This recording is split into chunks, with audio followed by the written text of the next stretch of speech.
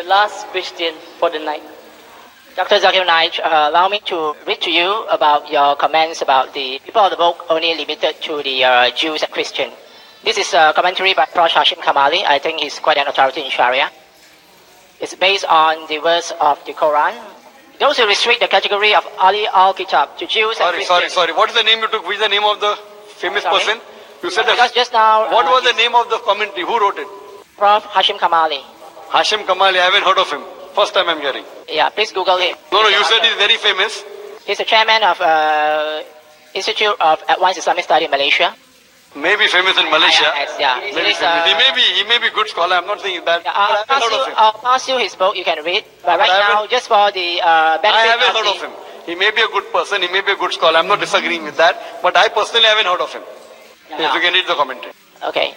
This is based on the Quran. He says that those who restrict the category of ahli al-kitab to the Jews and Christians quote in authority the Quran, chapter 6, verse 156, which declares that books were revealed to two groups before. But the context where this phrase occurs actually questions rather than endorses the spirit of such limitation.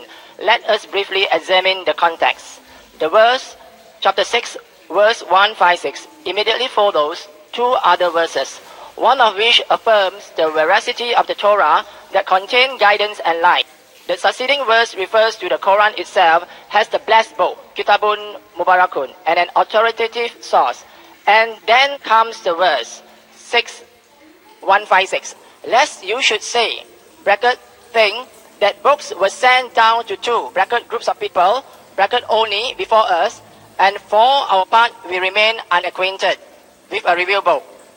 The tone of the discourse here is expressive. Brother, all this doesn't make a difference. I'll give the reply again to you. All this doesn't make a difference to me. Even I'm a student of the Quran.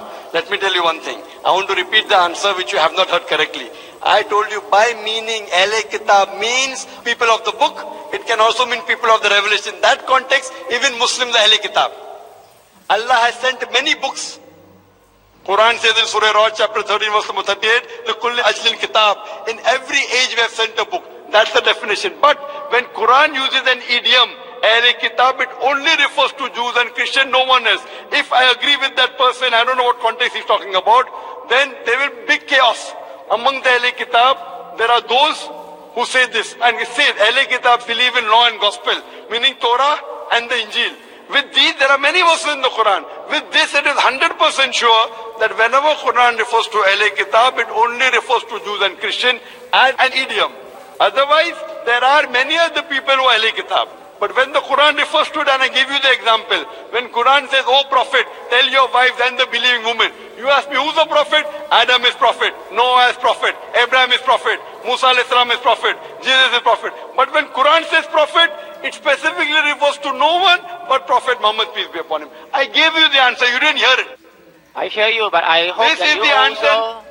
I disagree because if I follow with that, there will be contradictions in the Quran. I don't agree there's contradiction in the Quran. Quran says, ahli kitab believe in Torah and the Injil. Now you will say, Buddhists believe in Torah and Injil? They cannot. Dr. Zakir, I think we should learn how to agree to disagree. Not agree to disagree. What you are saying, if I agree with you, I'll have to believe that... I'm not asking you to agree with me. I'm just I'm sharing your view. I disagree with you. You shared the view of an eminent Muslim scholars. There are many eminent people who can make mistakes, and there are many good scholars who have made mistakes. I don't disagree. He's not eminent. I'm not saying he's not eminent. Okay, since Where did I you say this Abdullah Yusuf Ali which I quote? This Abdullah Yusuf Ali, brother, you want to keep on speaking?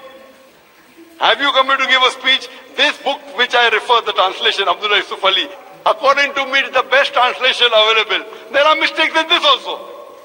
Just because it's best, it doesn't mean because human beings are bound to make mistakes. I'm a human being, I can also make a mistake. But the point to be noted is, when we do research, if we find one mistake, I don't reject everything, because he then claimed to be God. This translation is one of the best translations. Even this translation has got mistakes. So what we have to realize, that a human being cannot be perfect. So that person may be eminent, but I disagree with his interpretation. You and I disagree. So why are you coming and harping again today? I've given you a reason why I disagree. What you have to do? Okay, fine. This verse of the Quran, interpret this way. You have to counter my argument. You're not countering, you're reading from the book. Reading from the Okay. book is a waste of time for us and for everyone, because I give you quotation from the Quran which says about ahli kitab and refers to Jews and Christians only. This It's is talking also, about this is also Torah. from the Quran, and it states that actually you should have an open interpretation. And can I ask you a question, Dr. Zakir? Are you also a human? Of course I'm a human. So are you also bound to make mistakes? I can make, but to prove I made a mistake, you have to prove where my mistake is. That's why I state to you from a commentary from an eminent Muslim scholar, But not I- from my own interpretation. But And I want if to say another that, but thing that about- eminent is not matching with the Quran. My interpretation, what I'm talking is based on the Quran. And majority of the scholars, majority Jumhur scholars of Islam believe ahli kitab means only Jews and Christians. There are so many Ibn Taymiyyah. I can name 20, you're quoting one, which I have never heard of. Ibn Taymiyyah, you read Ibn Qasir, you read Tabari, all of them say ahli kitab. What you have to realize, I'm quoting Tabari, I'm quoting Ibn Qasir. All these top commentaries, all of them say that even Abdullah Yusuf Ali, even Abdul Majid Daryabadi, all of them say ahli kitab means Jews and Christians. Now you get one Malaysian, fine, you may respect him, I've got no objection to that. Therefore when you see, you have to